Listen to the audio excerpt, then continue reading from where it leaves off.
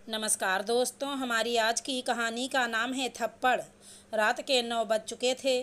सास गुस्से में सुगंधा को देख रही थी और सुगंधा उनकी आंखों को देखकर डर के मारे काँप रही थी। सास उसे देखकर फुफकारती हुई बोली, तेरी हिम्मत कैसे हुई मेरे घर में ये सब करने की? ले देकर 4 दिन हुए इस घर में आए हुए और अपने आप को घर की मालकिन समझने लगी है। आने दे आज मेरे बेटे को, आज तेरी खैर नहीं है। हाथ पैर ना तुड़वा दिए तो मेरा नाम भी गायत्री नहीं। आज न जाने क्या होने वाला है। सास जितनी निर्दयी है, अपने बेटे को भी उसी तरह निर्दयी बना रखा।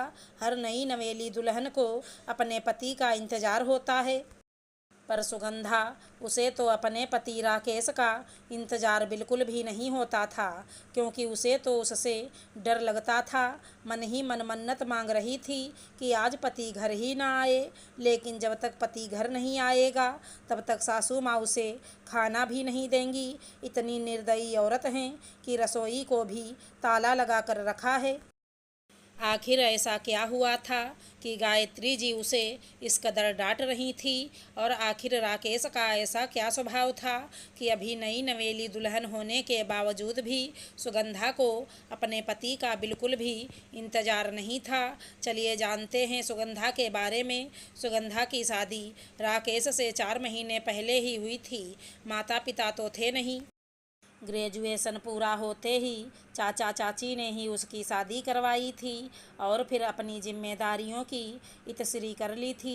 ना कोई पगफेरे की रस्म और ना ही कोई तीज त्यौहार। इधर ससुराल में ले देकर सास गायत्री जी पति राकेश और एक ननद सिखा ही थी, जिसकी सगाई हो चुकी थी। छोटा परिवार था। एक प्यारी और शांतिपूर्ण गृहस्थी का सपना सजोए सुगंधा इस घर में आई थी। पर सपने तो सपने ही होते हैं, हमेशा सच थोड़ी ना होते हैं। शांतिपूर्ण गृहस्थी तो सपना ही बनकर रह गई। सुगंधा जहाँ 20 साल की, वहीं राकेश पूरे 30 साल का। दोनों की उम्र में पूरे 10 साल का अंतर था। सास गायत्री जी सुगंधा के लिए 10 नियम कायदे बनाए बैठी थीं। सुबह 4 बजे तक उठकर पूरे घर की साफ सफाई करना, उसके बाद स्नान करके रसोई में जाना, हमेशा मुंह पर घूंघट लिए रहना, सबको खाना खिलाए बगैर खाना ना खाना, और भी न जाने क्या क्या नियम। सुगंधा को उन नियमों को सख्ती से पालन करना होता था, पर अभी उसकी उम्र ही क्या थी। कई बार गलती भी हो जाती थी। अगर किसी दिन कोई चूक हो जाती तो उस दिन उसकी सामत आ जाती थी। उस पर हाथ उठाने से भी कोई गुरेज नहीं करता था घर में। यहाँ तक कि उससे 5 साल बड़ी ननद शिखा भी उस पर हाथ उठा देती थी। शादी के कुछ दिन बाद रात 9 बजे तक राकेश घर नहीं आया था। सुगंधा को बहुत ज़ोर से भूख लग रही थी, तो उसने अपने आप से खाना लेकर खाना शुरू ही किया था। अभी पहला निवाला मुंह में गया ही था कि इतने में गायत्री जी ने देख लिया और चिल्लाना शुरू कर दिया। जब सुगंधा से बर्दाश्त नहीं हुआ तो उसने कहा, माँ जी, मुझे बहुत ज़ोरों से भूख लग रही थी, इसलिए खाना खा लिया। इससे पहले सासू माँ कुछ कहती, ननद शिखा ने आगे होकर सुगंधा के गाल पर थप्पड़ रसीद कर दिया। तुम्हारी हिम्मत कैसे हुई मेरी माँ से जबान लड़ाने की? अपने घर में क्या खाना नहीं मिलता था तुमको, जो भूख बर्दाश्त नहीं कर सकती थी? मेरा भाई तुम्हारा पति है, उसका इंतज़ार नहीं कर सकती थी? अरे औरतें तो अपने पति के लिए क्या से क्या कर जाएं।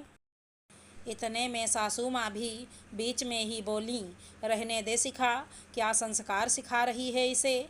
माँ बाप तो हैं नहीं, और इसके चाचा चाची ने ये मिट्टी का ढेला हमारे माथे मढ़ दिया।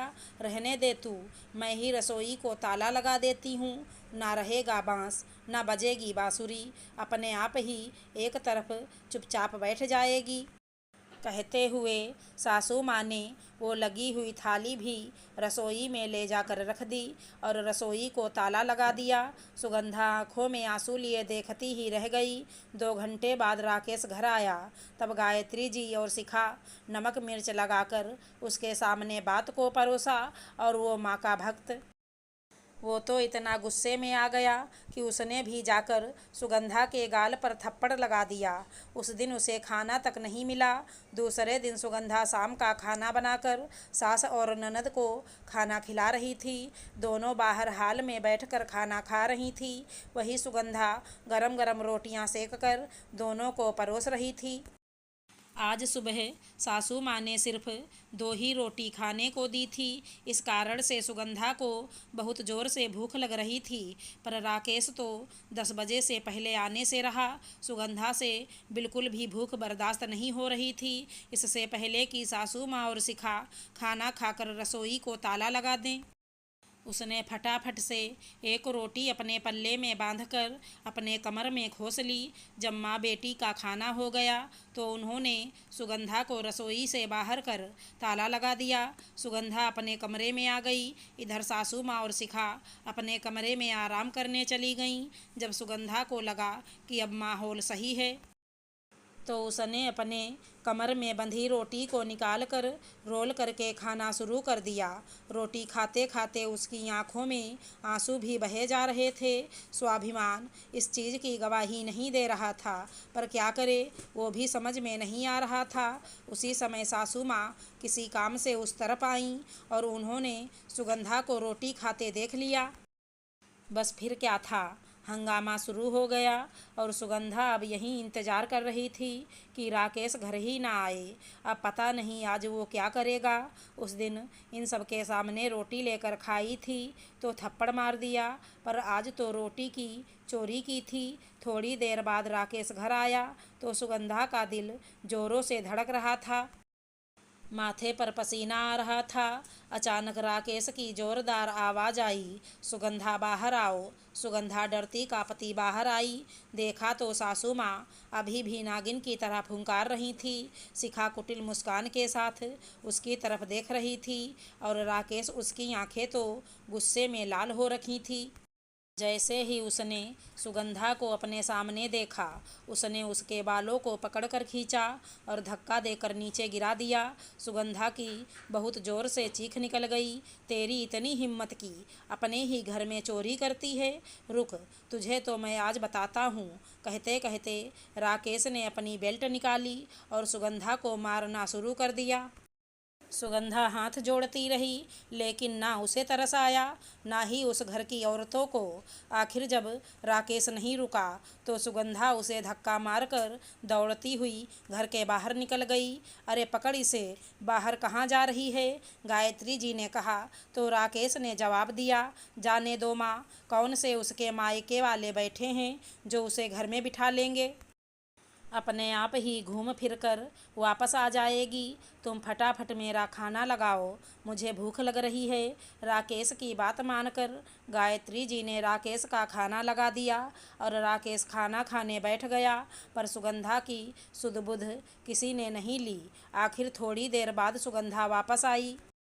उसे देखकर तीनों कुटिल मुस्कान के साथ सामने खड़े हो गए। आ गई वापस महारानी, क्या हुआ? मायके वालों ने जगह नहीं दी? गायत्री जी ने ताना कसा। देखकर राकेश ने भी कहा, जब तक मेरे पैरों में नाक नहीं रगड़ेगी तब तक घर में नहीं घुसने दूंगा। बड़ी गई थी ना मुझे धक्का मारकर। हाँ भैया, इतनी आसानी से माफ़ मत करना इसे। अगर अभी माफ़ कर दिया तो कल को सिर पर चढ़कर नाचेगी। ऐसी लड़कियों का क्या भरोसा? अरे भरोसा तो हमें तुझ पर भी नहीं है। जो अपनी भाभी का सम्मान ना कर पाई वो हमारे घर में क्या मान बढ़ाएगी। अचानक सुगंधा के पीछे से शिखा के होने वाले ससुर जी निकल कर आए। उन्हें देखते ही तीनों के चेहरे की हवाइयाँ उड़ गईं। अरे आप कब आए समधी जी? उसी समय आए थे जिस समय आपकी बहू रोड पर बदहवास सी दौड़ रही थी।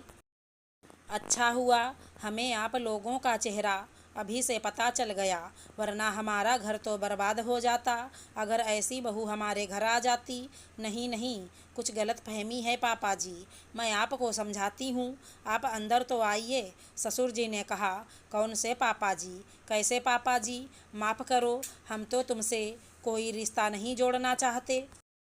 और जो समझाना है ना, वो जो पुलिस वाले खड़े बाहर, उनको समझाओ। अचानक पीछे से पुलिस वाले निकल कर आए। अब तो तीनों में से किसी से कुछ कहते ना बना। उन्हें देखते ही गायत्री जी ने अपनी आवाज़ को नरम करते हुए सुगंधा से कहा, अरे बहू, इतनी छोटी सी गलतफहमी में कोई पुलिस को बुलाकर लाता है क्या? ऐसी छोटी मोटी परीक्षा तो हर शादीशुदा औरत को अपने घर में देनी ही पड़ती है। आखिर यह तेरा ससुराल है, इसका मान रखना तो तेरी जिम्मेदारी है। माफ़ करना सासू माँ, मुझे ऐसी कोई परीक्षा देने का शौक़ नहीं है। शादी थप्पड़ खाने के लिए नहीं की थी मैंने। और ये कैसा ससुराल जहाँ रोटी भी मुझे चुरा कर खानी पड़ी। आपने मुझे कमज़ोर समझ रखा है क्या? मेरा मायका नहीं है ना सही, पर कमज़ोर मैं फिर भी नहीं हूँ। अब संस्कार अपने बच्चों को जेल में बिठा कर देते रहना। आखिरकार पुलिस तीनों को अरेस्ट कर अपने साथ ले गई। शिखा के ससुराल वालों ने रिश्ता करने से मना कर दिया और सुगंधा को एक स्वयंसेवी संस्था ने आगे बढ़ने के मौके दिए, जहां वो संस्था के साथ मिलकर लोगों को घरेलू हिंसा के प्रति जागरूक करती थी। उसने अब एक नई शुरुआत की। हमारी कहानी पसंद आई हो तो चैनल को लाइक शेयर सब्सक्राइब करें। धन्यवाद दोस्तों।